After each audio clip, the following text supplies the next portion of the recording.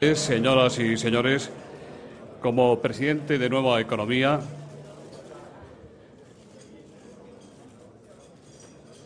tengo el honor de darles la bienvenida al Fórum Europa que organizamos con la colaboración de Asisa, BT y Red Eléctrica de España.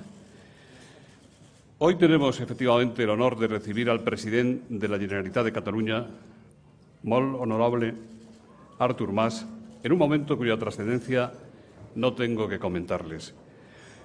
Podría decirse que España y Cataluña están en una encrucijada de las que ponen a prueba a los pueblos y a sus líderes. Este foro ha seguido durante muchos años la notable trayectoria del presidente y hoy, en circunstancias como estas, es una gran satisfacción para Nueva Economía Forum ser una vez más quien acoja esta intervención, en la que estamos seguros no va a haber un discurso aquí diferente a las manifestaciones del presidente en Cataluña. Bon día, benvinguts, querido presidente, la tribuna es suya.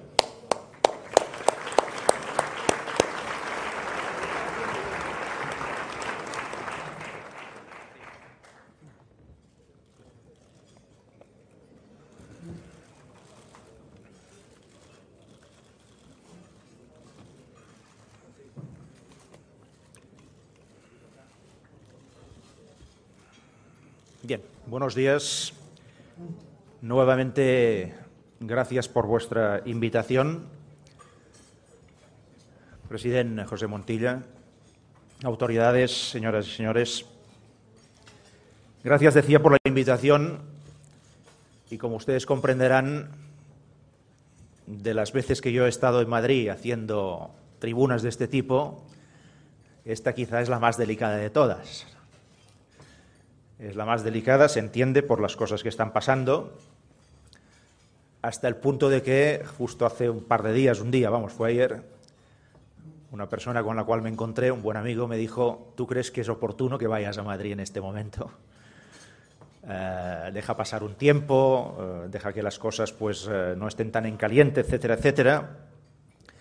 Pero yo entendí que era bueno mantener, tal como estaba previsto, el calendario y, por supuesto, el compromiso. Y además, no solamente voy a estar aquí hoy en este Foro Nueva Economía, en el Fórum Europa, sino que también hay programada, como supongo que se sabe, una entrevista con el presidente del Gobierno para la semana que viene, concretamente para el día 20, y se supo hace pocos días que también una conferencia de presidentes con el presidente Rajoy, creo que es para principios de octubre. Por tanto, no solamente vengo hoy, sino que vendré en próximas ocasiones también, y de forma bastante reciente y simultánea. Y creo que está bien que sea así, porque a pesar de que las cosas están como están, y solamente observándolas de cerca ya se ve la magnitud del proceso que se está viviendo en Cataluña, creo que incluso en estas condiciones, o precisamente porque se están viviendo estas condiciones, es importante que podamos hablar y que yo les pueda transmitir, no como comentarista, sino como presidente de Cataluña, cuáles son las inquietudes, cómo analizo yo el momento que estamos viviendo y cuáles son las perspectivas que tenemos hacia este próximo futuro. Procuraré hacerlo fiel a mi estilo, que es hablar claro, no decir cosas distintas en un lado y en otro, y eso siempre intentando hacer de forma que no ofenda a nadie. Se entenderá más o menos, se aceptará más o menos lo que se diga, pero procuraré, obviamente, que nadie se pueda sentir ofendido. Permítanme, antes de abordar el tema de mayor profundidad y de mayor actualidad y de mayor calado, permítanme también hacer algunos flashes sobre alguna otra cosa que va algo ligada con el tema central, pero tampoco estrictamente en algún caso. Concretamente, quisiera hacer un flash rápido sobre la situación económica. Hay mucha gente que nos pregunta y se pregunta, aquí y fuera de aquí, si España tiene activos, motores y capacidad suficiente para darle la vuelta a esta situación desde el punto de vista económico, y si realmente se puede llegar a recuperar una senda de crecimiento y de creación de riqueza en el conjunto del Estado. Hay mucha gente que se pregunta eso, aquí y fuera de aquí. Cuando me lo preguntan a mí, y además se compara con otras situaciones que estamos viviendo no muy lejos de aquí, mi respuesta suele ser que yo soy de los que creo que sí, que tiene activos y tiene capacidad para sobresalir de esta situación. Creo que sí. Si yo hablara de Cataluña en este terreno de capacidad de recuperación económica, no tendría ninguna duda. La respuesta sería rotundamente sí. Cataluña tiene capacidad para volver a una senda de crecimiento y de creación de riqueza y, obviamente, de creación de ocupación. Si me refiero al conjunto de España, tendría muy pocas dudas. Muy pocas dudas. Creo que, efectivamente, España tiene activos suficientes en su conjunto para poder salir de esta situación.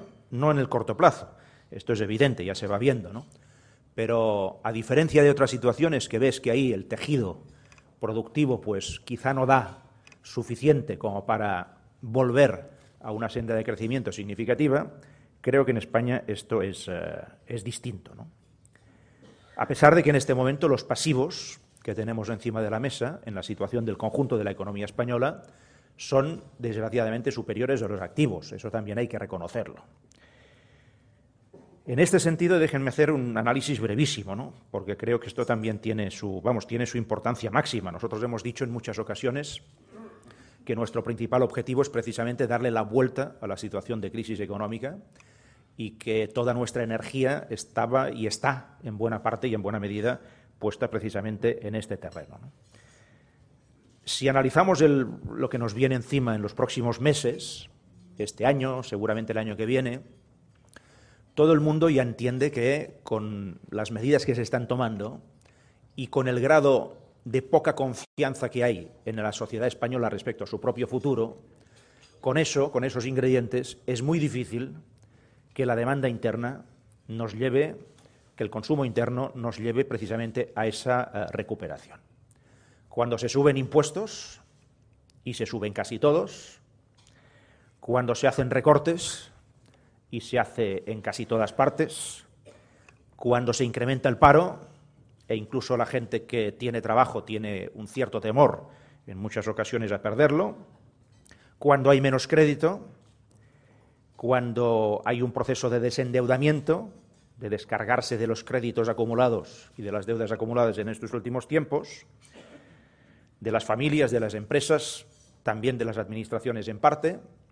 Cuando todo esto se junta y todo esto ocurre en el mismo momento y en los mismos tiempos, pues es muy difícil que a partir de ahí haya ese proceso, digamos, de consumo interno que en parte podría compensar la situación en la que nos estamos encontrando en este momento.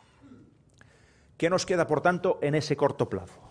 Pues nos queda la otra parte de nuestra economía, que no ha sido la más brillante, con algunas excepciones, que es nuestra capacidad de ser atractivos hacia el exterior y, por tanto, que sean los de fuera los que, comprándonos productos, consumiendo nuestros servicios, viniendo aquí a hacer turismo, invirtiendo en España, que todos estos actores de la economía mundial pues nos ayuden a salir de esta situación tan complicada que en este momento tenemos, ¿no?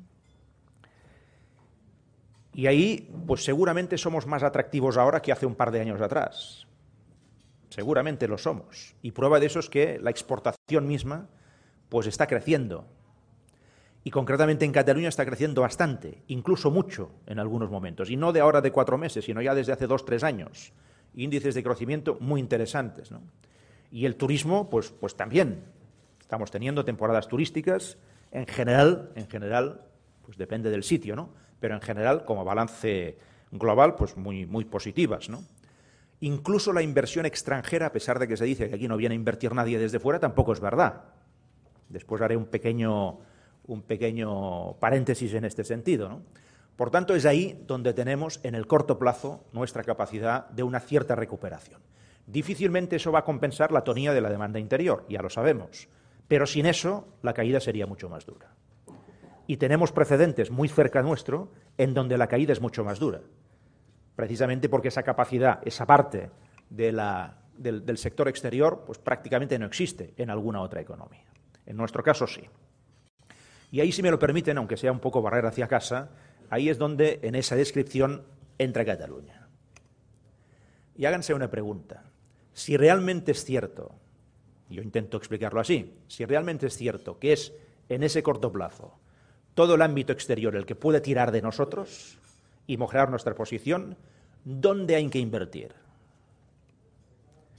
Pues en los motores que tiene el conjunto del Estado, en donde eso es más evidente. ¿Y dónde es muy evidente? No digo que en otras partes no lo sea, pero ¿dónde es pero que muy evidente? En Cataluña. Cataluña tiene un 6% del territorio español, un 16% de la población y un 27% de las exportaciones. Y si le suman exportación e importación, pues entre el 27 y el 30%. Entre una cuarta parte y un tercio de todo el sector exterior español pasa por Cataluña o se genera en Cataluña. Y a partir de ahí háganse algunas otras preguntas. Yo no lo voy a hacer hoy porque no es el tema central de mi intervención, pero háganse la pregunta de si, visto desde una óptica, por ejemplo, empresarial, alguien que tuviera un motor así y una realidad como esa, no lo aprovecharía a fondo. Pregúntense si alguien que tuviera esta situación, en vez de invertir aquí para que eso funcionara mejor en beneficio del conjunto, invertiría en otras partes, que no producirían esa generación de riqueza, concretamente desde el punto de vista de la proyección exterior. Esto es lo que está ocurriendo en España. Dentro de muy pocos días vamos a inaugurar en Barcelona una nueva terminal de contenedores. Es una de las más importantes del Mediterráneo, hecho por una empresa extranjera, concretamente China, basada en Hong Kong, que va a invertir en 2 fases 500 millones de euros.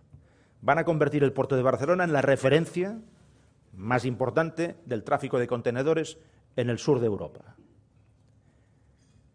Y los accesos para llegar a esa terminal de contenedores, ferroviarios y viarios, son provisionales. A pesar de que se les había prometido a los chinos que eso sería definitivo en el momento de la inauguración, que no tuvieran miedo, que invirtieran sus cientos de millones de euros, porque España pondría las infraestructuras a punto.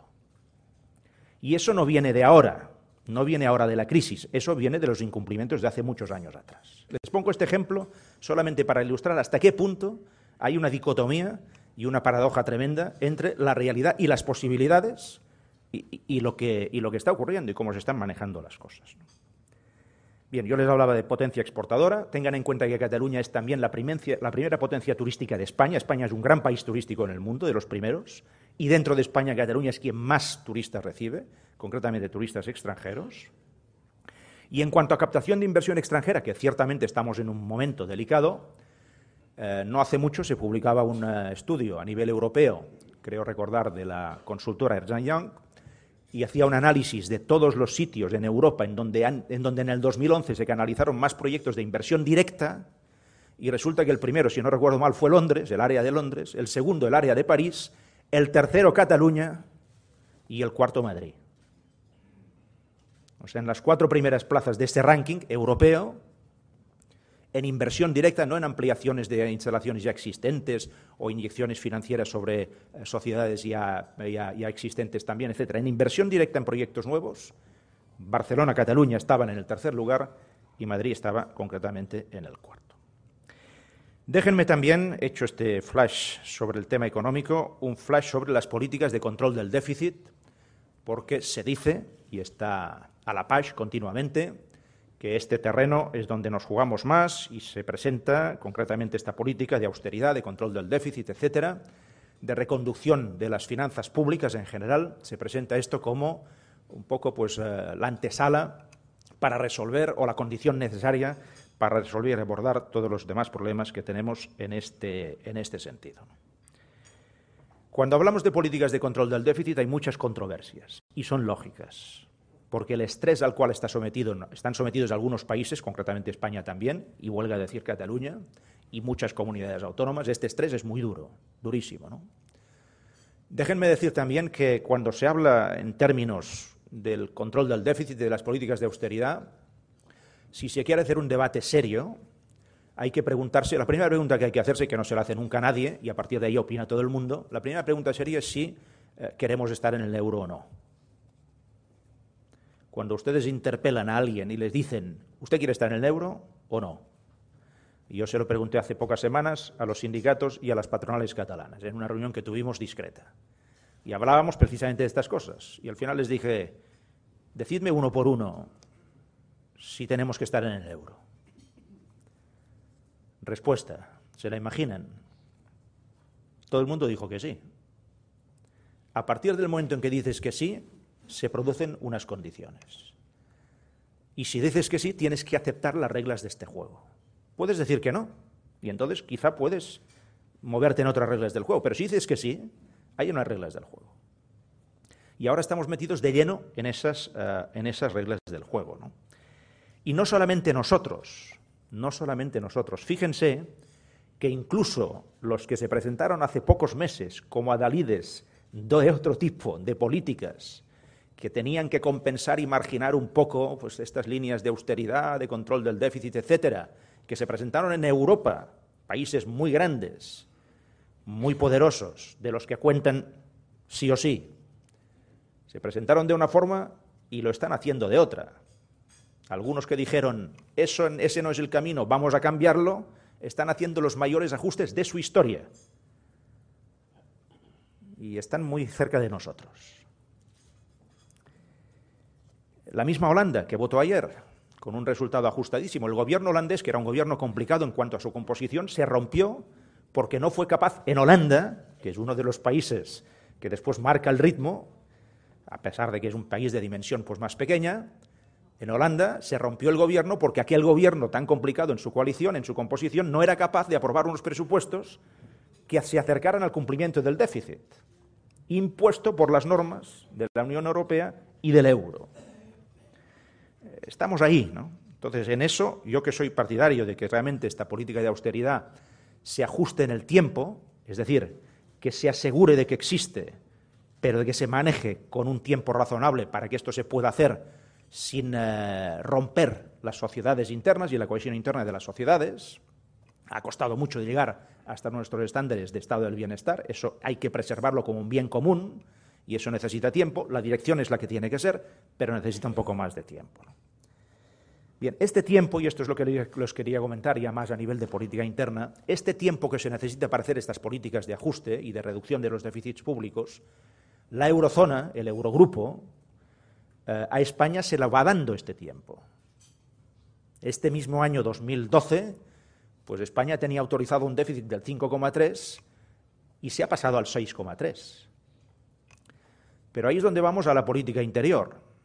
Con ese punto de más que España ha obtenido en plazo, este punto significan 10.000 millones de euros. Un solo punto, 10.000 millones de euros. ¿Cómo se reparte eso entre las administraciones para que todo el mundo tenga tiempo de hacer bien los deberes? ¿Saben cómo se reparte eso? Pues el punto entero, los 10.000 millones, se los queda como menor esfuerzo la Administración General del Estado. Y uno se pregunta, oiga, ¿y los que gestionamos la sanidad, la educación, la universidad, la vivienda, el transporte público, los servicios sociales, la ley de la dependencia, nosotros la justicia, la policía y no sé cuántas cosas más, vamos, sí que las sé, pero no las comento, estos, ¿qué nos toca de ese reparto? Nosotros que representamos un 35% de todo el gasto público, y si ustedes sacan las pensiones que tienen su forma de alimentarse propia a través de cotizaciones, representamos el 50% del gasto público, a ese 50% que afecta a todas estas materias que están directamente relacionadas con el día a día de la gente, a esos se les pide todo el esfuerzo y a los otros, que gestionan el paro y las pensiones y poca cosa más desde un punto de vista social, se quedan todo y no reparten nada. Y yo siento la crudeza con que lo cuento. Pero es que es así. Esto funciona así en este momento en España, que aparece como un Estado compuesto. Y por tanto como un Estado en donde, si es compuesto, pues hay que hacer un esfuerzo común, repartiendo cargas y sacrificios de manera equilibrada y de manera equitativa. Esta es la situación en la cual nos estamos encontrando. El Gobierno central, por tanto, pide tiempo y se le da. Y cuando se le pide tiempo al Gobierno central, no lo concede. El Gobierno central pide unas normas de control suaves pero cuando aplica las normas de control son durísimas. Y por tanto esto es un trato nuevamente inequitativo. Estamos en esta situación. Esta situación provoca pues grandes recelos, como ustedes comprenderán, enormes recelos, porque una de dos, o se cree en el Estado que se dibujó en su momento, que es un Estado autonómico, y se actúa en consecuencia, con lealtad, o si no se cree en ese Estado, pues hay que proponer cambiarlo. Pero ahí nadie propone cambiar nada y en cambio se actúa con esa manifiesta deslealtad que les estaba contando. Si eso lo proyectan al 2013 todavía es peor. Ese desequilibrio, ese desajuste que les estaba contando en el 2013 todavía es peor. Todavía la desproporción entre el esfuerzo que tienen que hacer las comunidades autónomas, que tienen que gestionar todo aquello que les he dicho, y el gobierno central, todavía es una desproporción mayor. Con lo cual se pone el sistema al borde, en su mayor dificultad de cumplimiento. Y eso al final actúa como un boomerang, porque el gobierno español, cuando se presenta delante de las autoridades comunitarias europeas de la zona euro, se presenta representando al conjunto del Estado y por tanto ahí suma todo. Si alguien no puede hacer el trabajo, no puede hacer los deberes, eso va a restar en negativo para el conjunto del Estado. Claro que se podrá atribuir la culpa a uno que no serás tú mismo, pero eso al final no sirve para nada o sirve para poco. Estamos, como les decía, en esta situación. Y si me permiten ponerles un último ejemplo, antes de abordar el tema que les quería comentar también desde el principio, un último ejemplo es el que afecta más directamente a Cataluña, ¿no? Se ha presentado en estas últimas semanas a Cataluña, otra vez, la enésima vez, como ese territorio pedigüeño que hace tan mal las cosas que no tiene más remedio que ir ahí a pedir un rescate por 5.000 millones de euros para refinanciar deudas del pasado. Se presenta esto de esa forma, ¿no? Obsérvenlo desde la siguiente óptica. ¿Cómo puede ser que un país con un territorio como Cataluña, que tiene un déficit fiscal de 15.000, 16.000 millones de euros con el Estado cada año, porque aporta mucho más de lo que recibe, tenga que estar en una situación de tener que pedir recursos para poder financiar las deudas que se han acumulado y que hay que renovar? Eso no tiene ningún sentido. Que tengan dificultades los que no generan suficientes recursos para poder hacer eso tiene un sentido. Pero que esas dificultades las tengan aquellos que generan esos recursos, y además con mucha diferencia, no tiene ningún sentido. Obsérvenlo desde otra óptica. Lo digo porque eso se observa muy poco en este sentido que les estoy diciendo. Desde otra óptica. España respecto a Europa es receptora de recursos. Y por tanto la dialéctica y la dinámica entre Europa y España puede ser una. Pero es que Cataluña dentro de España es aportadora neta de recursos y de muchos recursos. Y por tanto la dialéctica y la dinámica tiene que ser otra. Y es justo al revés. Es el mundo al revés. Hagan ese análisis. Y si lo hacen, entenderán también algunas de las cosas que están pasando. Porque como que eso llueve sobre mojado, es continuamente en esa línea, pues al final la gente dice, basta, esto no puede continuar así. Permítanme abordar el tema pues que, digamos, no solamente central, sino el que estas últimas horas y días ha ocupado pues más comentarios y de hecho pues más realidades, etcétera, ¿no? Procurar hacerlo en 10 minutos, máximo 15, para poder tener tiempo después para el coloquio. Miren, mi análisis evidentemente puede estar equivocado, yo lo admito desde el principio, y cada uno puede tener su visión. Yo les voy a dar la mía desde mi óptica de presidente de Cataluña y creo que interpreto correctamente lo que está ocurriendo, pero evidentemente puede haber matices y puede haber visiones completamente distintas, ¿no? Creo que se está produciendo entre Cataluña y España un cierto paralelismo a lo que está ocurriendo entre la Europa del Norte y la Europa del Sur. La Europa del Norte se ha cansado de la Europa del Sur. Y la Europa del Sur también se está cansando de la Europa del Norte por sus formas de hacer. Hablo en general, habrá todas las expresiones que ustedes quieran, ¿no? Y entre Cataluña y España yo creo que se está produciendo o se ha producido ya un movimiento, por decirlo así, un sentimiento de fatiga que yo creo que es fatiga mutua. Insisto que es mi análisis. Creo que hay una fatiga mutua. Cataluña pues se ha cansado de no poder progresar bien como Cataluña cree que puede hacer dentro de ese conjunto del Estado español, y creo que España se cansa pues de la forma de hacer de Cataluña, ¿no? En Cataluña hay la sensación de que se aporta mucho, incluso demasiado, de que se ayuda todo lo que se puede e incluso un poco más, y de que no se la entiende ni se la respeta tal como es. Ese es el sentimiento que hay, creo que ese es el sentimiento. Y en España, respecto a Cataluña, la sensación es que Cataluña siempre pide y siempre se queja. No sé si lo interpreto bien, pero creo que poco o mucho esta sensación se está instalando en el conjunto, no lo diría, pero en cualquier caso en estamentos significativos de la sociedad española, ¿no? Y eso, en vez de ir pues suavizándose, ese sentimiento mutuo, yo creo que ha ido, digamos, profundizándose, ¿no? He saludado antes al presidente Montilla, que en un foro, no sé si exactamente igual que este o no, pero en un foro en Madrid hace ya algunos años, habló de desafección. Y eso ha ido a más. Y no por mi apellido, creo, pero ha ido a más. Esto ha ido a más, ¿no? Y bueno, y esta es la situación que creo que tenemos en este momento, y es bueno analizarla y analizarla bien, ¿no? Fíjense, les voy a hacer una lista rapidísima para que ustedes también entiendan, ustedes y sobre todo en este caso, pues representantes de medios de comunicación que no son españoles, que son extranjeros, que también me consta que están en esta sala, ¿no? Y que tienen que entender cosas que han pasado en los últimos 30 años en España. Fíjense, una lista rápida.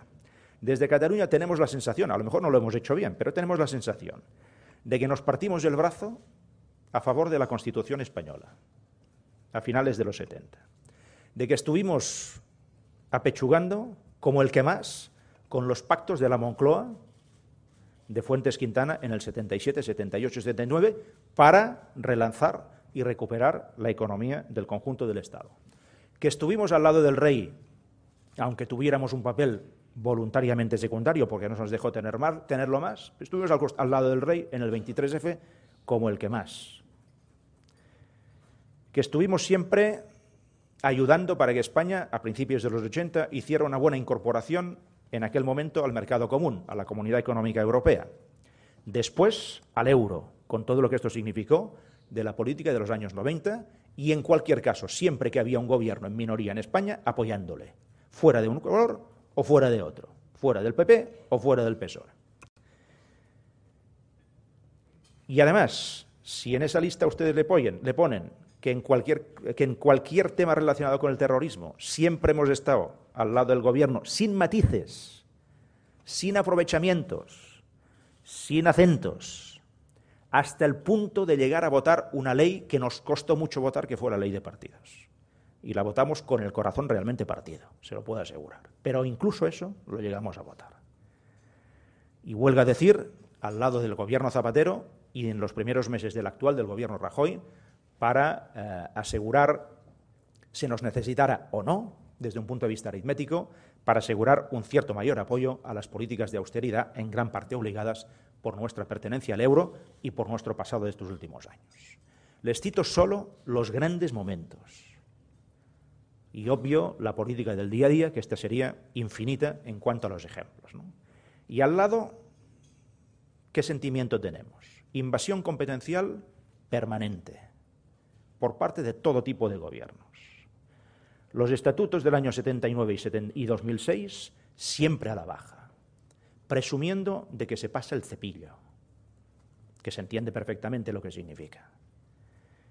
Déficit fiscal inamovible durante 20-30 años, en el 8% de nuestra creación de riqueza anual, en este momento equivalente a 15.000 millones de euros cada año.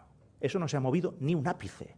En 25-30 años ha habido tiempo para que esto se corrigiera algo. Ni un ápice.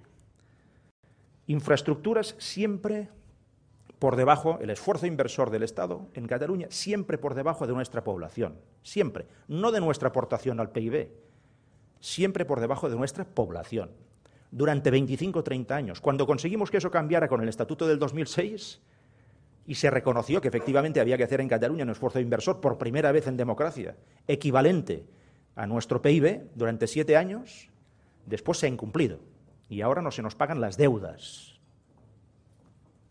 No se nos pagan las deudas. La financiación autonómica, los distintos sistemas de financiación, siempre por debajo de la población cuando se calculan, al final, en términos reales. Y añádanle ustedes a eso pues la sensación que tenemos, quizás una sensación equivocada, de que cuando se habla de temas pues, de identidad, básicamente de cultura, sobre todo de lengua, etcétera, hay o una falta de entendimiento o de sensibilidad o incluso un menosprecio por parte de distintas instituciones básicas del Estado realmente preocupante. Y realmente preocupante además en democracia y por parte de culturas tan consolidadas como es la catalana y tan actuales. No estamos hablando de un invento, ni de un invento constitucional, estamos hablando de algo que está acumulado a lo largo de la historia 1000 años y que se mantiene en pie y perfectamente vivo. Claro, cuando ustedes, lo digo para entender algo de lo que está pasando, cuando ustedes ven la primera lista, los grandes temas, y ven los grandes temas de la segunda, a lo mejor estamos equivocados,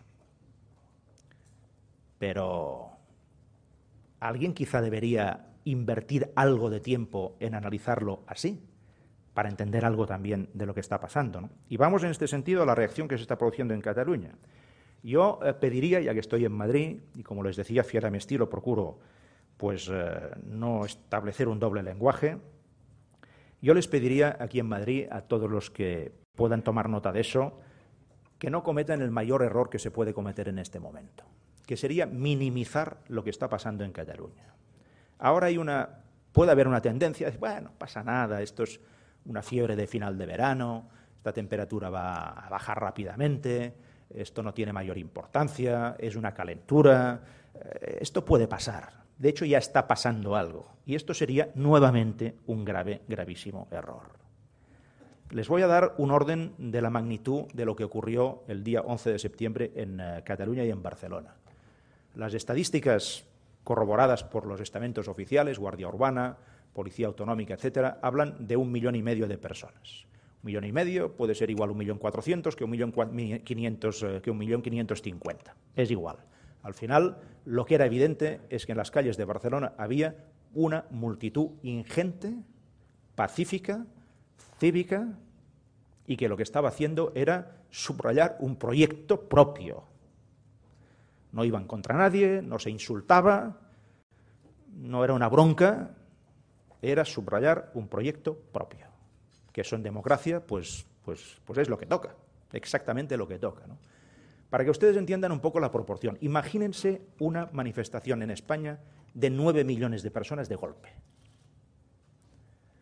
¿Alguien diría que eso es una calentura de verano? 9 millones de personas en la calle de golpe, pues esa es la proporción. Porque 1,5 millones en Cataluña sobre 7,5 es una quinta parte. Y una quinta parte de la población española serían 9 millones de personas. ¿Ustedes recuerdan alguna manifestación en España de 9 millones de personas de golpe en la calle? Pues eso es lo que ocurrió en Cataluña. Entonces, si eso se minimiza, pues se comerá otro gravísimo error. Porque las cosas la gente no salió a la calle para divertirse, la gente salió a la calle porque en ese momento hay un perfil en la población catalana, un perfil de por ese camino no podemos continuar. Y ese es el mensaje que la gente nos dio en la calle. Ese y otro complementario que después les comentaré, ¿no? Por tanto, fue una manifestación muy importante, tremendamente importante desde un punto de vista cuantitativo, eso no se puede dudar, les he hecho la equivalencia, pero también desde un punto de vista cualitativo, por lo que les decía, porque en este momento se puede salir a la calle por muchas razones. La primera de ellas es contra los recortes. La gente pues enfadada, la gente cabreada, porque se recorta por aquí, se recorta por allá, eso estimula pues, determinadas reacciones, etcétera, etcétera, ¿no? Se puede salir a la calle por muchas otras cosas, pero no se salió a la calle por eso. Las pancartas no iban por ahí, algunas sí, pero el sentimiento no era ese, el sentimiento era por ese camino Cataluña no puede continuar, tiene que formular un proyecto propio. Bien, fase final de mi intervención. Nosotros tenemos, y yo concretamente tengo, un mandato del Parlamento catalán de plantear delante del Gobierno español, y lo haré la semana que viene, el tema del llamado pacto fiscal, que en definitiva va en la línea de la soberanía fiscal. Cataluña está pidiendo eso. Cataluña, a través del Parlamento, y en este sentido, insisto, hay un mandato que yo voy a cumplir, Cataluña está pidiendo esta soberanía fiscal, sin romper, insisto, sin cortar las corrientes de solidaridad. Siempre lo hemos planteado en unos términos en que cuando se hagan los cálculos definitivos tenían que ser unos cálculos que permitieran que las corrientes de solidaridad que ha habido en España pues se mantengan, revisándolas, pero que se mantengan en cuanto a concepto, ¿no? Revisándolas también por una razón que yo creo que ustedes, no sé si compartirán, pero sí que entenderán. 30 años de política de redistribución como la que se ha hecho en España no ha servido para que el conjunto del Estado tuviera capacidades más o menos homogéneas de producción, de creación de riqueza. Y si esto ha sido así, no hay que revisarlo eso en algún momento. Si durante 30 años se han transferido cantidades ingentes de recursos entre lo que ha venido dentro de España y lo que ha venido de Europa, para determinados territorios que después, 30 años después, pues no han conseguido crear unas estructuras productivas suficientemente ágiles y eficaces como para asegurar una menor dependencia de fuera, si esto ha sido así, pues seguramente es que estas políticas en algún sentido deben haber fallado. Y 30 años ya es un periodo suficiente como para tener resultados. Otra cosa es que, gracias a esas políticas, se han homogeneizado determinados niveles de estado del bienestar, y eso es bueno, y ahí tiene sentido la solidaridad. Pero no solamente en ese terreno, también tiene que servir para el otro. Es lo que nos están diciendo en Europa a nosotros. A nosotros en Europa nos dicen, oiga, que las corrientes de solidaridad de los fondos europeos no siempre van a ser para ustedes. En algún momento van a tener que ser para otros. Ustedes han tenido tiempo de espabilarse, de hacer los deberes, ahora tendrán que ser para otros. Pues ese mismo lenguaje que se está escuchando en Europa, pues quizá nos lo tendríamos también que aplicar dentro del conjunto del Estado español. Por tanto, vamos a plantear el tema del pacto fiscal. Queremos ser responsables de los ingresos y gestionarlos. Algunas veces se lo he dicho, no tiene sentido, al menos para Cataluña, ser responsables de una parte del gasto y no ser responsables de los ingresos. Eso tampoco va a ninguna parte. Nuestra pretensión es salir del régimen común de financiación de la LOFCA, de la Ley Orgánica de Financiación de las Comunidades Autónomas. Eso puede ser perfectamente constitucional, es un problema de voluntad política. Creemos que por la singularidad de Cataluña no tiene sentido que esté en ese régimen común. Lo hemos estado durante 30 años. Es hora de plantearse que eso pueda ser de otra forma. Y, por supuesto, queremos reducir nuestro déficit fiscal sin cortar, como les decía, la solidaridad, pero sí amortiguándola.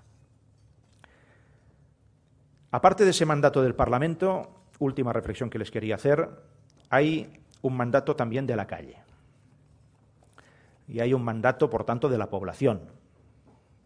Y un mandato de la población no se puede ignorar.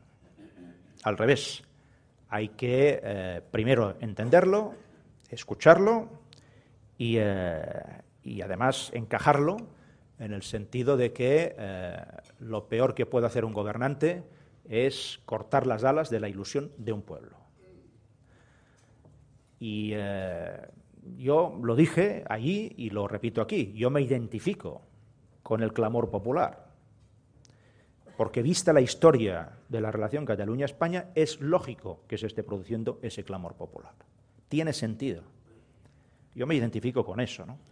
Me identifico con eso habiendo procurado hacer las cosas de una manera por parte nuestra que siempre ha intentado buscar la aproximación, el acuerdo, la colaboración, el pacto, el diálogo, el sumar, etcétera, etcétera, siempre, en todo momento. Pero las cosas se van decantando. Y ahora, quizá a base de no mirar o de no querer escuchar, pues ahora las cosas se han puesto concretamente de esta manera, ¿no? Nosotros durante décadas, hablo de décadas, no de años, sino de décadas, nuestro objetivo, intentar transformar el Estado y ayudarlo para que fuera también el nuestro. Ese ha sido nuestro objetivo, el de la mayoría de la sociedad catalana. Ténganlo también en cuenta. Nuestro objetivo ha sido durante décadas transformar el Estado para que este Estado, de una forma o de otra, pudiéramos considerarlo nuestro, que fuera un Estado amable en el cual Cataluña pudiera encajar bien y pudiera pues ir avanzando en sus aspiraciones nacionales, en su reconocimiento y respeto lingüístico y cultural, en su progreso económico, en su modernización, etcétera, etcétera. Esa ha sido nuestra política, ¿no? Pero fíjense, yo les pido que esto pues no se vea como, lo que les voy a decir, que no se vea simplemente pues como unos que se suben al monte, unos que improvisan pues por improvisar, etcétera, etcétera, ¿no? Fíjense, si nuestro proyecto durante décadas ha sido intentar transformar el Estado, España, el Estado español, para que fuera el nuestro, y esto no es posible porque a lo mejor resulta que Cataluña no tiene fuerza suficiente para conseguir eso. Si esto es así, lo que tiene que entenderse es que Cataluña necesita un Estado. Cataluña necesita el instrumento de un Estado, porque cualquier nación lo puede llegar a tener. Y Cataluña, el instrumento que significa un Estado, lo necesita. Creo que ese es el clamor de la gente en la calle. Y además de forma pacífica, democrática e ilusionante. Necesitamos un Estado. Habíamos pensado durante mucho tiempo que ese Estado podía ser el Estado español. Y hemos trabajado mucho para que eso fuera así. Y a lo mejor nosotros mismos no hemos trabajado suficientemente bien. O no hemos tenido fuerza para conseguir que eso fuera de esta forma. Pero en cualquier caso, un instrumento de Estado, Cataluña lo necesita. Y creo que ese es el lenguaje que se nos está transmitiendo concretamente desde la calle, ¿no? Durão Barroso lo decía con otras palabras, no hace pocas horas, ¿no? Creo que fue ayer. El futuro de Europa es el de los estados que representan naciones. La última pregunta que nos tenemos que hacer es si en el conjunto de España se puede llegar a aceptar, como es la estricta realidad, que Cataluña es una nación. Si partimos de ahí, hay muchas cosas que se pueden resolver. Si negamos eso, si negamos la pura evidencia, entonces hay muchas cosas que no se pueden resolver. Y si no se pueden resolver, entiendan que entonces un pueblo que lleva mucha historia detrás y que tiene mucho anhelo de presente y mucho proyecto y voluntad de futuro, quiere resolver pacíficamente, democráticamente y de forma estrictamente europea ese futuro. Y digo de forma estrictamente europea porque, como ustedes pueden comprender, no nos hemos vuelto locos, no nos hemos subido a la colina, y cuando los catalanes reclaman instrumentos de Estado, cuando reclaman eso, lo reclaman obviamente dentro del marco europeo, de la Unión Europea e incluso del euro que nosotros estamos intentando defender, a pesar de que las políticas para defender eso son políticas duras y no precisamente agradecidas desde el punto de vista de opinión pública en este momento. Gracias por su atención.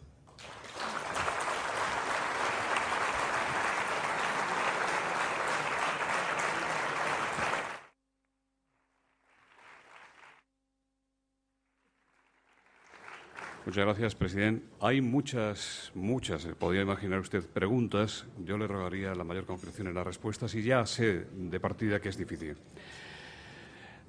Le leo. Laura Caro, de ABC. Usted ha hecho suya la reivindicación independentista de la Diada. ¿Y ahora qué? ¿Cuál es su calendario? ¿Cuál es su hoja de ruta? ¿Cuáles son sus plazos, sus fechas? ¿O se ha subido usted a un árbol tan alto que ahora el vértigo le impide dar más pasos? Isabel Durán, de 13 Televisión. ¿Qué plazo se marca para la independencia? ¿Cómo piensa conseguirla? Carlos Cue, del País. La Constitución no permite lo que usted plantea. ¿Teme la frustración de los catalanes si usted no logra el objetivo que se ha planteado? Alfred Bosch, de RC. ¿Qué fecha pone a la independencia de Cataluña? Miren, hay preguntas que hoy no tendrán respuesta, yo lo siento, pero no pretendan los que pregunten que en un solo día se resuelvan todas las incógnitas, se pueda poner encima todo un proceso entero, etcétera, etcétera, ¿no? Cuando se habla de plazos, pues es imposible ponerle un plazo concreto a todo eso, ¿no? Porque ese es un movimiento. Yo lo definí en su momento como la transición catalana, la transición nacional catalana. Y toda transición tiene sus ritmos y tiene sus momentos y tiene sus plazos y tiene sus cadencias y tiene sus puntos bajos y tiene sus puntos altos. España hizo su transición hacia la democracia a finales de los años 70. Y no me dirán ustedes que no hubo altibajos y que no hubo zozobras y que no se pudieron establecer unos plazos fijos y concretos. Incluso en ese proceso de la transición pasó lo que pasó en el año 81. Un poco más y se va todo al garete en aquel momento. España estaba en una transición. Por cierto, en una transición en la que casi todos ayudamos. Casi todos ayudamos, ¿no? Yo creo que ustedes ahora tienen que entender que Cataluña está en una transición. La transición puede evolucionar, ya se verá, ¿no? Pero está en esa transición interna, ¿no? Se han llevado las cosas durante 30 años de una forma determinada y ahora, pues, hay un cierto o un cambio de rumbo. Esa es la realidad de lo que estamos viviendo, ¿no? Yo creo que el análisis hay que hacerlo en este sentido. Se habla de frustración, yo lo entiendo, ¿no? Porque cualquier operación política de gran nivel pues puede llevar al éxito o no. Pero piensen una cosa, este es más un tema, digamos, de estructura anímica o incluso sentimental o emocional, ¿no? Pregúntense si realmente ya no estamos en este momento en ese estado de frustración.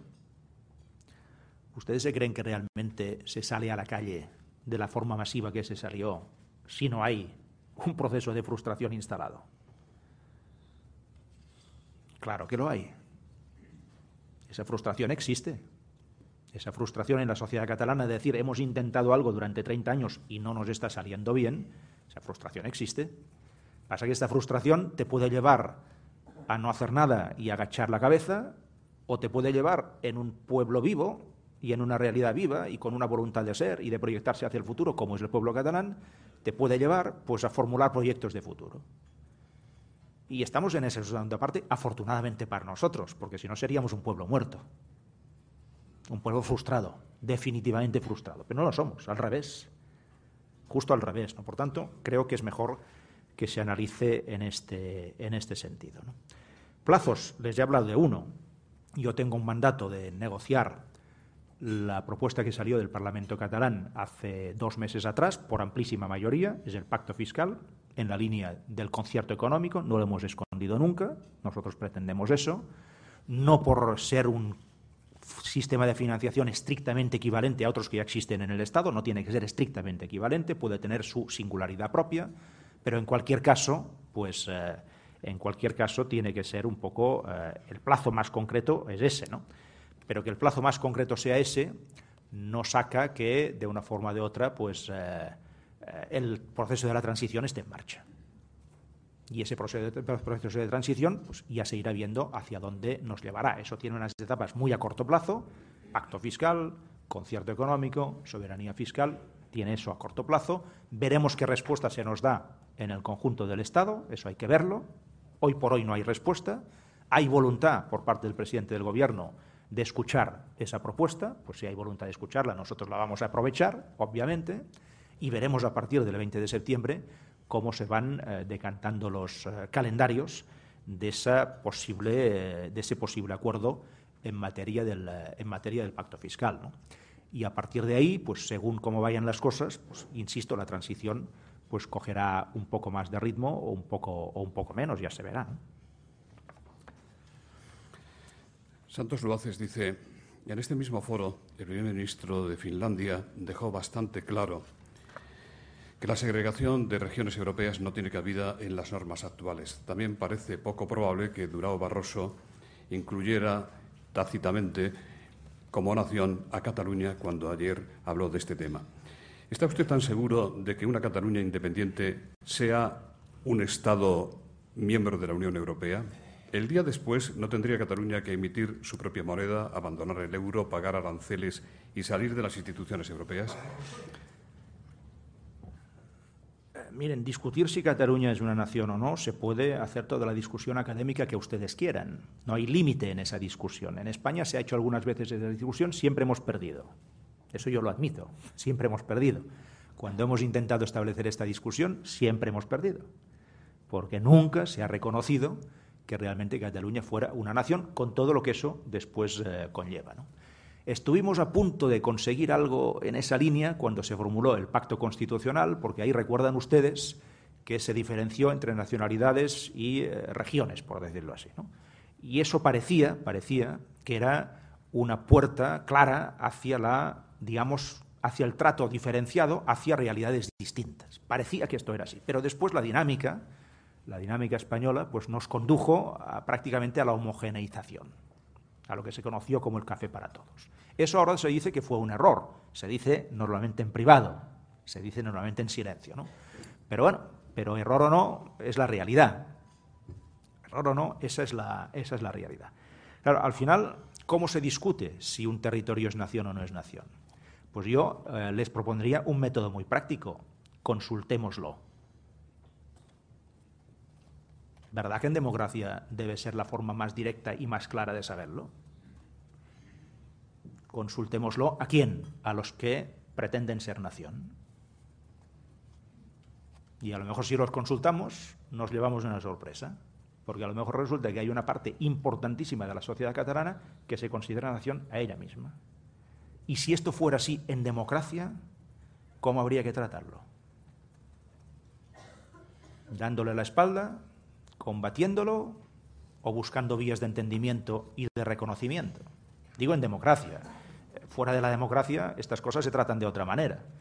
Pero en democracia, pues hay que escuchar, hay que entender la realidad, hay que aceptar esa realidad y de forma común, porque los intereses son comunes, encontrar vías de solución y de entendimiento. Yo les propondría eso. Cuando se hagan preguntas muy casi filosóficas, ¿no?, sobre Cataluña, si es nación, si no es nación, etcétera, etcétera, o sobre otras cosas, pues probemos eso. Probemos que haya consultas autorizadas por parte de las instituciones del Estado. Y si se producen consultas autorizadas por parte de las instituciones del Estado sobre esta materia o sobre otras, ustedes verán entonces cuál es la opinión mayoritaria y la posición mayoritaria del pueblo catalán. A lo mejor me equivoco yo y resulta que está en minoría. Y entonces tendría razón quien planteara esa consulta en los términos que se está planteando. Pero, ¿y si fuera al revés? ¿Y si en vez de estar equivocados nosotros tuviéramos razón y realmente los catalanes se consideraran a ellos mismos como una nación? Presidente, ¿considera usted posible que esa consulta fuera a nivel del Estado? Bueno, y si la consulta la quieren ustedes hacer a nivel del Estado, pues ahí lo más probable es que sea que no. A lo mejor si ahora hiciéramos una consulta en Europa de si quieren que España siga en el euro, también nos echarían. A lo mejor. O sea que eso de hacer consultas según cómo es muy peligroso, ¿no? Las consultas hay que hacerlas ahí donde se entiende que reside una cierta soberanía. Si hay que hacer una constitución europea, hay que hacer una consulta europea. Esto ya se entiende. Pero si hay que saber si Cataluña se siente nación o no, o si quiere una determinada fórmula de Estado, o lo que sea, lo normal es consultarlo a los catalanes. Si se considera que Cataluña tiene una singularidad. Ahora, si se considera que Cataluña pues, es como una provincia periférica que no tiene personalidad propia, que no tiene singularidad, que no tiene prácticamente identidad, o una identidad puramente folclórica y que por tanto no es sujeto de nada, pues entonces, claro, no nos entenderemos nunca. Ahí está la base de todo. Y ahí está el clamor de la calle. Insisto, después de 30 años de colaboración máxima para intentar que el Estado fuera nuestro Estado, que es lo que queríamos, de verdad, lo que queríamos, lo hemos demostrado durante mucho tiempo, no somos sospechosos de lo contrario, en absoluto, incluso hasta hace relativamente poco tiempo. Había algún partido a nivel español que en el año 2010, cuando España estaba al pie de los caballos, miró hacia otro lado y los caballos hubieran pisado a España y al galope. Y en aquel momento hubo unos, los catalanes, no, concretamente en aquel momento los de Convergencia y Unió, pues que intentaron sacar a España del pie de los caballos. Y lo hicimos. Y algunas veces se lo he comentado, estábamos en la oposición. No mandábamos. Son pruebas muy evidentes, son pruebas muy contundentes, son pruebas que no dejan matiz a la sospecha. Pero eso se puede valorar o no. Si no se valora nada de todo eso, pues entonces la cosa pues va derivando, porque la naturalidad hace que vaya derivando. Piensen que lo que está ocurriendo en Cataluña es como el cauce de un río que en el fondo intenta recuperar su cauce. Se le ha puesto en un cauce artificial y normalmente los ríos intentan recuperar su cauce natural. Eso es lo que está ocurriendo en Cataluña. Y cuando el cauce artificial es muy estrecho y es muy duro pasar por ahí y te sientes que ahí pues no vas a poder progresar ni ser tú, pues intentas recuperar tu cauce natural. Eso se puede ver con una gran animadversión, con mucha, bueno, se puede ver pues con mucho enfado, con mucha fatiga, como les decía antes, etcétera, ¿no? Pero intenten analizarlo un poco así. Yo lo explico de una forma que intento que no sea, es decir, que esto no se convierta en un tema de un dramatismo innecesario. Las cosas en democracia se pueden analizar con mucha mayor tranquilidad y con mucho mejor estado de ánimo. Y ese es el caso. Insisto, dentro de una casa común que es Europa, que nos engloba a todos. Antes no teníamos esa casa común, ahora la tenemos. Analicémoslo así, ¿no? Si puede ser. Aldo Alcese, de la Real Academia de Economía, dice: señor Mas, tiene usted mucha razón, la misma que tendrían Alemania, Francia e incluso Italia, que hasta ahora han sido contribuyentes netos de la Unión Europea desde el principio. Y dice, durante muchas décadas, de separarse ahora de la Unión Europea y romperla en pedazos, ¿qué pasaría con todos nosotros? Ni se plantea, ni se nos pasa por la cabeza, no tendría ningún sentido establecerlo en esos términos. Yo les admito una cosa, y esto es la estricta realidad. Dentro de la Unión Europea no hay ningún precedente de países miembros que en algún momento tengan procesos pues, culminados en este sentido que estamos hablando. Esto es cierto.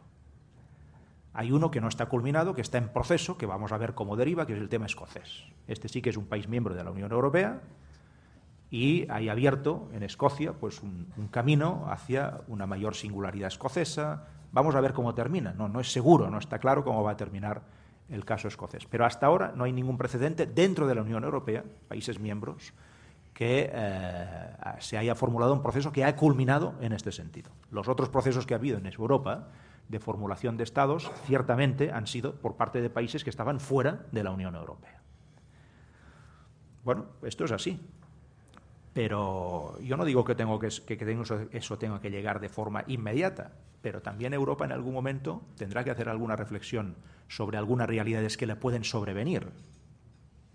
La tendrá que hacer la propia Europa. Porque, bien, lo que no tendría sentido es que por unas normas rígidas no se pudiera adaptar la realidad a la realidad cambiante. No tendría ningún sentido. Cataluña, bueno, se podrá negar también lo que voy a decir ahora, ¿eh? Se puede negar todo en la vida. Pero Cataluña es un territorio, Cataluña es un país que tiene una vocación europea milenaria. Lo digo también pues, para los representantes de la prensa extranjera, ¿no? Los demás ya lo conocemos. Pero digan, es que en el siglo IX, hace 1200 años, Cataluña era el único territorio de la península ibérica que formaba parte del Imperio Europeo, del Imperio Carolingio, era la marca hispánica. A partir de ahí había otra cosa. No era toda la Cataluña actual, era prácticamente la mitad, lo que se llama la Cataluña vieja, la que está más cerca de Francia. Pero eso era el Imperio Carolingio. Era la única parte de la península que formaba parte del Imperio Europeo. La única. Por tanto, nuestra adhesión europea, nuestra vocación europea está en nuestro ADN milenario. En nuestro ADN milenario. ¿Cómo vamos nosotros ahí, después de toda esa historia, cómo vamos a plantear algo que pueda poner en riesgo un proyecto europeo que es el nuestro? El nuestro y el de España en su conjunto. Y que no solamente no discutimos, sino que siempre hemos intentado apoyar y ayudar para que eso se consolidara y para que se consolidara bien, ¿no? Y yo creo que presentar las cosas en este sentido pues no nos lleva a ninguna parte, ¿no? En su momento, si las cosas se producen, vamos a verlo, cómo evoluciona todo esto, vamos también a ver cómo Europa contempla esas realidades, ¿no? Carles Puig, la ausencia del presidente de Unión, señor Duran i Lleida, presidente del Grupo de CiU en el Parlamento español, podría interpretarse como indicador de que existen disensiones en el seno de la Federación en relación con la independencia. ¿No cree que Duran debería haber mantenido su asistencia a este acto y que al no venir da a entender que no está de acuerdo con la deriva de los últimos días, que le molestó el incidente de las monedas en la manifestación, que quiere desmarcarse y que incluso quiere reservarse como poli bueno o interlocutor con el Gobierno del Estado? Tengo que contestarle a esta pregunta. Usted está en bueno, su pues libertad. Si quieren, sí, no, claro, yo estoy en mi libertad. Yo acostumbro a responderlas todas.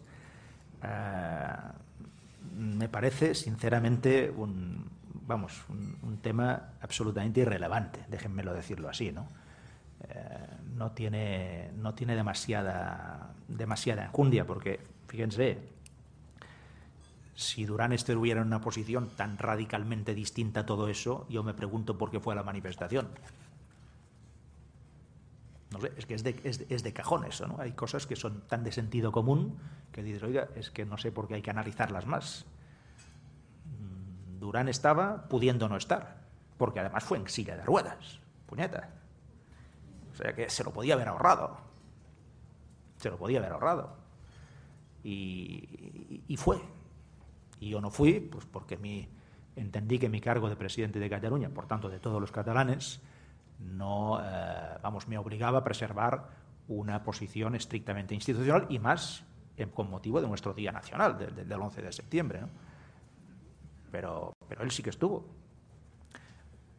No le negaré que, y ahora sí, entrando más que en el detalle, en el aspecto más, digamos, más profundo, no le negaré que una formulación distinta de la que hemos hecho hasta ahora, nosotros nos presentamos a estas elecciones con un concepto que era la transición nacional catalana en forma de transición y un objetivo en el corto plazo que era el pacto fiscal en la línea del concierto económico. Y ganamos las elecciones catalanas y las elecciones españolas. En Cataluña por primera vez. Y vamos con ese esquema. Y en ese esquema estamos 100% de acuerdo. Si ese esquema en el futuro hay que hacerlo evolucionar o hay que variarlo, pues lo lógico es que entre dos partidos que forman una federación, pues se hable las cosas y a partir de ahí se determinará pues cuáles son nuestros pasos y nuestro proyecto de futuro, ¿no? Pero que el señor Duran hoy no esté aquí, pues miren, es tan prosaico, si me lo permiten decir así, como que está tumbado. No está cao, está tumbado. Está tumbado por mandato médico en reposo estricto, porque tiene un problema importante de menisco y después de algunos esfuerzos que ha hecho en los últimos días, pues está por prescripción facultativa, pues en reposo ahí. Esta es la realidad, no hay más. Pueden también interpretarlo de otra forma, pero esa es la realidad. Aurelio Alonso Cortés le pregunta si convocará usted elecciones generales que probablemente serían en beneficio de ERC, dominante en la diada. ¿Tiene previsto que el Gobierno de España pueda suspender la autonomía que propende al separatismo dentro del cumplimiento del artículo 155 de la Constitución? Ramón Roca dice, si la reunión con Rajoy no sale bien, convocará inmediatamente elecciones, primavera de 2013. Si obtuviese respaldo suficiente en el Parlamento, ¿se atrevería con una declaración de independencia? Y también le pregunta si confía usted en que la Unión Europea en ese caso respaldara la independencia de Cataluña. Bueno, sobre lo último creo que les he respondido ya en cuanto a lo que en este momento se puede responder, ¿no? El tema de las elecciones. Miren, yo no tengo previsto convocar elecciones en el corto plazo si no es estrictamente necesario. Lo que no puedo negar en un acto de transparencia es que no sea necesario. Pero si no lo es, no las voy a convocar, porque nuestro mandato finaliza en otoño del 2014. Quedan más de 2 años todavía. También he dicho siempre, y eso lo repito en todas partes, y hay que interpretarlo en sus justos términos, ¿no?, que estamos en un momento tan distinto de los otros, que estamos en un momento tan excepcional, que creo que los gobernantes tienen que actuar de una forma en que no se pueda interpretar que ganan tiempo para quedarse en una posición, digamos, una posición más estrictamente institucional, cómoda, ¿no?, por decirlo así. Son tiempos en que hay que jugársela. No hay que jugársela desde un punto de vista suicida, esto no tendría ningún sentido, ¿no? Ni hay que provocar problemas por provocarlos, eso todavía tendría menos sentido. Unas elecciones no se avanzan porque sí. Y insisto, yo no tengo previsto avanzarlas, hoy por hoy. Pero lo que no niego es que en algún momento, si la situación se hace difícilmente gobernable, si el tema del pacto fiscal pues no avanza o no tiene posibilidades, cualquier cosa que pueda ocurrir que tenga enjundia suficiente puede provocar un adelanto electoral. Y no pasa nada, oigan, no pasa nada. En democracia las elecciones pues es lo más normal del mundo. Fíjense en países muy maduros de la Unión Europea, la misma Holanda, que estábamos comentando antes. En no muchos años han tenido muchísimos gobiernos y casi nunca han acabado los mandatos electorales. Y estamos hablando de países que tienen la democracia absolutamente enraizada, ¿no? Por tanto, lo que no hay que hacer, creo yo, es sacralizar el hecho de acabar la legislatura a cualquier precio. Porque no estamos en una situación de normalidad. No estamos ahí. Antes lo estábamos, ahora no. Y hay que actuar en función de las consecuencias. Sobre la supresión de la autonomía catalana, oigan, yo no puedo llegar a juzgar una medida de este calibre, como ustedes comprenderán, ¿no? Pero mírense desde otro punto de vista, el que pueda pensar que ese es un camino posible según cómo vayan las cosas, ¿no? ¿La supresión de la autonomía catalana por la vía constitucional va a arreglar el problema?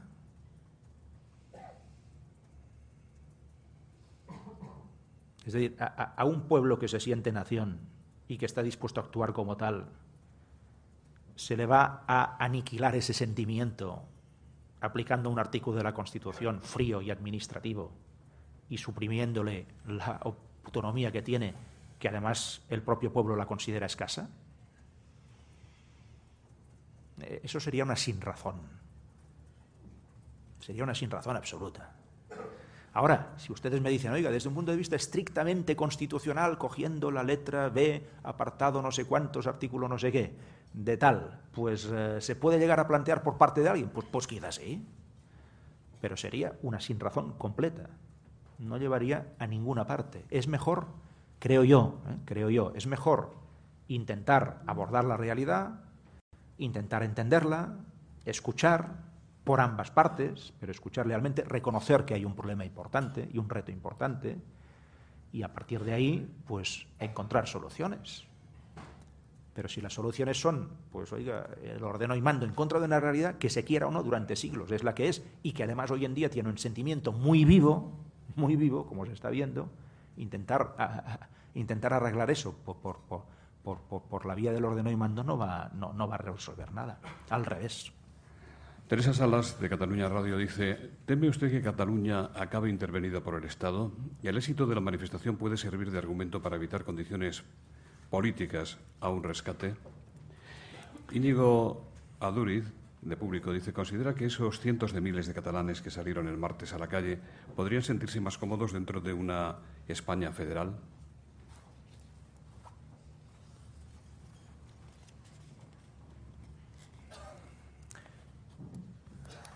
La primera era, perdón, evitar condiciones... no. Sí, le leo. Es de Teresa Salas. Sí.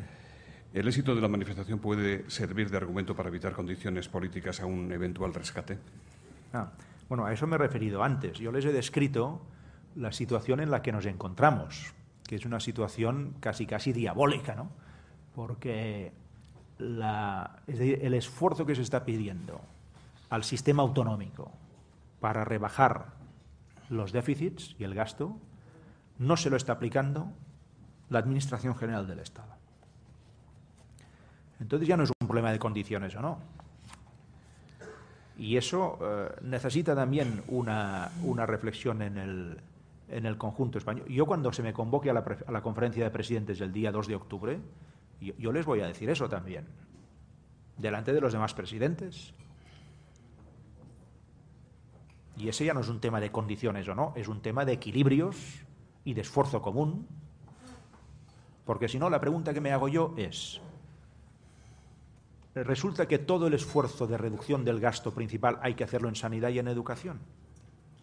Y además, fíjense, con unas autonomías que no tienen instrumentos para cambiar cosas en esos sectores. Porque si ustedes me dijeran, mire, es que la sanidad y la educación, ustedes tienen capacidad legislativa plena, pueden hacer lo que quieran. Tienen todos los instrumentos para manejar eso. Dirías, bueno, pues no sé, ya intentaré espabilarme. Pero resulta que te dicen, todo el ajuste hay que hacerlo ahí, que es la parte importante del gasto de las autonomías, y además los instrumentos para modificar leyes me los quedo yo, el gobierno central. O las Cortes en este caso. ¿Y cómo se hace eso? ¿Qué tenemos que hacer? ¿Cerrar la mitad de los hospitales? ¿Y la mitad de las escuelas? ¿Tenemos que hacer eso? ¿Ese es un esfuerzo equivalente? Eso no tiene ningún sentido. Sí, insisto, si Europa relaja, o más bien dicho, ¿no? Si Europa ayuda a España, que la está ayudando algo, a unos plazos un poco más suaves para ir cumpliendo los objetivos de déficit, ese tiempo hay que compartirlo entre las estructuras del Estado. ¿Y cuáles son las estructuras del Estado? Pues básicamente son tres. La Administración General, las comunidades autónomas y el mundo local. Y es que las comunidades autónomas en este momento tienen sobre sus espaldas la prestación de servicios básicos, de los que aseguran la cohesión social, que es un bien precioso. Y sobre eso no se puede jugar alegremente diciendo, presentando a las autonomías como ustedes son unos despilfarradores. Aquí de despilfarrar ha despilfarrado todo el mundo, hablemos claro. Aquí de gastar mal ha gastado mal todo el mundo. Nadie puede seguramente quedar protegido. Y seguramente los catalanes tampoco. No digo que nosotros hayamos sido mejores en este sentido. Todo el mundo ha despilfarrado, en más o en menos, durante bastantes años. Despilfarró en el sentido de que se gastaba seguramente de una forma pues, o bastante alocada o sin fijar bien las prioridades. Pero bueno, una cosa es eso y otra cosa distinta es que ahora todo ese ajuste básico haya que hacerlo y muy rápido sobre precisamente el sistema autonómico, ¿no? Sobre el tema de la España federal, pues mire, el problema de la España federal es que fuera de Cataluña y de algún otro territorio histórico nadie cree en esa España federal. Ese es el problema. En España no se cree en la España federal. Y les voy a poner un ejemplo que es evidentísimo. ¿Ustedes se creen que un Estado como España que creyera en un Estado federal hubiera tenido 35 años un Senado sin haberlo convertido como la Cámara Territorial? Es que es de cajón. Y miren que se ha hablado mucho de estos temas, ¿eh? En Estados Unidos, pues hay un aspecto territorial muy importante en el Parlamento. En Alemania hay una presencia muy importante de los territorios, hasta el punto de que condicionan las leyes estatales, la mayoría de las leyes estatales. En España el Senado, como ustedes saben muy bien, es la Cámara de segunda lectura. Y llevamos 35 años así. Por tanto, si alguien se quiere, de alguna manera, si alguien se quiere federal, pues oiga, pues actúa en consecuencia. No se pasa 35 años haciendo exactamente lo contrario. Por tanto, el problema de la España federal es que nadie cree en eso, fuera de algún territorio concreto, que somos la minoría, por cierto. José María Brunet, del diario La Vanguardia, le pregunta qué opina usted, presidente, de las últimas sentencias del Tribunal Supremo y del Tribunal Superior de Justicia de Cataluña sobre el modelo lingüístico en la enseñanza en Cataluña. ¿Cree que los derechos de padres y alumnos están limitados o cree más bien que tras esos recursos hay una estrategia de acoso a la lengua catalana? Pues creo lo segundo.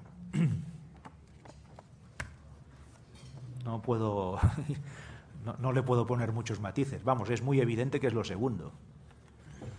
Carlos Moore dice: una base fundamental de la prosperidad catalana es su infiltración en el tejido económico español. ¿Teme usted un boicot a los productos catalanes en caso de declarar su independencia? Miren, yo creo que, vamos, no sé si es lo que les voy a expresar es un sentimiento puramente utópico o incluso ingenuo, ¿no? Quizás es así. Pero yo creo que precisamente cuando los países y las sociedades son plenamente democráticas, siempre tienen como premisa y como norte poder hablar civilizadamente de las cosas. Porque si no, ¿para qué sirve la democracia? Para hablar incivilizadamente de las cosas, y hay otros sistemas, que conocemos muy bien, por cierto, en España. Y para poder hablar civilizadamente de las cosas que van ocurriendo, pues está la democracia. Entonces, guerras en sentido figurativo, guerras, boicots, insultos, degradaciones, todo eso forma parte del lenguaje de una España que ya no debería existir.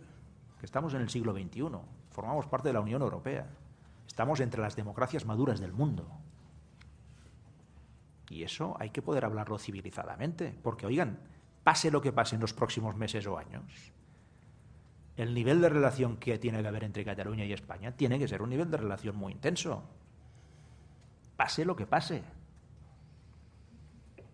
Porque son dos realidades que en muchos sentidos están no solamente relacionadas, sino imbricadas. No olviden ustedes que nosotros en Cataluña tenemos más de 3 millones de personas que tienen raíces no catalanas. Y no cuento ahí las personas que han venido de países extranjeros. Cuento las personas que han venido de otros territorios españoles. Esa es nuestra realidad. Y son catalanes. Muchos estaban en la manifestación. Muchos estaban en la manifestación. Sus hijos y sus nietos han nacido en Cataluña. Son gente que se sienten catalanes y que son catalanes. Pues a partir de ahí, oiga, yo no sé cómo se van a presentar las cosas en los próximos meses. Sé cómo se van a presentar en los próximos días. Pero se presenten como se presenten, cojamos lo bueno que tiene una democracia y cojamos lo útil que tiene una relación amigable, lo más amigable posible, que a lo mejor resulta que para que sea amigable de verdad hay que hacerla más de tú a tú. A lo mejor Cataluña lo que necesita precisamente, y quizá España también, es que esa relación Cataluña-España sea más de tú a tú. Y que cuando sea de tú a tú, pues a lo mejor será de mayor buena vecindad. Vayan ustedes a saber, a lo mejor nos llevamos sorpresas positivas. Pero en cualquier caso, pase lo que pase, yo insisto en esta idea. La relación que tendrá que haber entre Cataluña y el resto de España, o Cataluña y España, será una relación muy intensa desde el punto de vista económico, desde el punto de vista del intercambio de todo tipo de cosas, desde el punto de vista de intereses comunes en Europa, desde el punto de vista de, yo qué sé, estructuras comunes de todo tipo. No puede ser un corte total y absoluto, no tendría sentido. Ahora, hay que atender al pulso de esta sociedad catalana. Ese pulso hay que atenderlo. Ese pulso existe. Este pulso va a un ritmo alto, ustedes ya lo ven. Eso hay que atenderlo. Presidente, nos hemos pasado de tiempo y aún así tengo que pedir disculpas por la gran cantidad de preguntas que no le he podido trasladar, aunque hubiera sido mi deseo hacerlo con todas. Fernando Jáuregui, de diariocritico.com, el director, le pregunta: Presidente, ¿le gustaría pasar a la historia como Cambó, como Campanis, como Tarradellas, como Companis, perdón? Hombre, como Companis no. No. Bueno, no me quiera tan mal. No me quiera tan mal. Yo ya le pongo coraje, hombre, ya le pongo coraje. Pero vocación de mártir final, de mártir parcial sí que la tengo, ¿eh? Pero de mártir final no. ¿Cómo que más? A ver, ¿cómo que más? Decía que como Tarradellas, ¿sí? Como Cambó.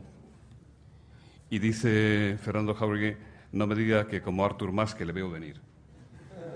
No voy a decir eso. Eso es lo último que se me hubiera ocurrido decirle. Mire, eso quiere decir que Jáuregui me conoce poco.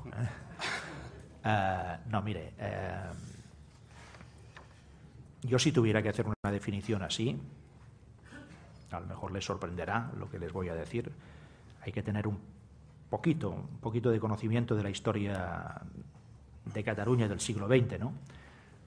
Pero a mí me gustaría ser una combinación, por decirlo así, de uno que no fue presidente de la Generalitat, que fue Enric Prat de la Riba, y de Francesc Macià. Enric Prat de la Riba, que fue un constructor de Cataluña con muy pocos instrumentos, pero con mucha calidad. Lo que hicieron aquella gente de principios del siglo XX, con pocos instrumentos, muy pocos, fue una obra ingente que todavía hoy perdura 100 años después. Por tanto, el constructor, ¿no? Y Francesc Macià, el hombre de las ideas, pero sobre todo de los ideales. Y una combinación de obra de calidad e ideal, y por tanto proyecto, e ideal en mayúsculas, eso, si yo pudiera, pues, si pudiera, digamos, asimilarlo de esta forma, ese híbrido, por decirlo así, a mí me gustaría poder asumirlo. No sé si podré, evidentemente, tampoco es que mi mayor preocupación sea ser esa combinación, pero en cualquier caso, para definirlo bien, eso seguramente habrá bastante gente en Cataluña que lo pueda entender bastante bien, por decirlo así. Creo que esa sería una buena combinación. Le diré otra cosa. También pretendo ser un digno eslabón más de una cadena de presidentes que todos han dejado huella. Piensen que yo soy el 129 presidente de la Generalitat de Cataluña. Esto cuando vienen los visitantes ilustres extranjeros al Palau de la Generalitat y les explicamos esta historia, dicen, oiga, nos decían que esto era una provincia o una región, y ahora nos damos cuenta de que esto es una nación. Y como 129 presidente de la Generalitat, otra aspiración que yo tengo es precisamente, pues, que la dignidad de la continuidad de esa cadena, que ese eslabón, pues no baje de golpe no sé cuántos peldaños, ¿no? Sino que se mantenga a un nivel suficientemente digno. Fíjense si la figura del presidente de la Generalitat institucionalmente significativa, que antes de la aprobación de la Constitución española se restituyó la Generalitat de Cataluña con el presidente Tarradellas. Antes de la aprobación de la Constitución. Eso debería ser hecho suficiente para poder haber hecho un planeamiento durante los últimos 30 años del trato de Cataluña distinto de cómo se ha hecho e incluso con una adecuación específica dentro de la propia Constitución. Porque ya cuando la Constitución se aprobó, la Generalitat estaba reinstaurada a través de la figura de su presidente en el exilio, que pasó a ser presidente de la Generalitat. Ya definitivo con la Generalitat recuperada. Y mi pregunta es, y perdónenme que esta sea quizá la aportación final, ¿por qué no se ha hecho esto? ¿Por qué ha habido tanta miopía en el conjunto de España para no entender que no se puede ir contra las realidades que quieren ser? Y a lo mejor si se hubiera actuado así hace muchos años, ahora quizá estaríamos en una situación distinta. Dicho esto, procuraremos que la actual pues se resuelva de la forma más civilizada posible. Estoy seguro que lo será con la colaboración de todos. En nombre de Asisa,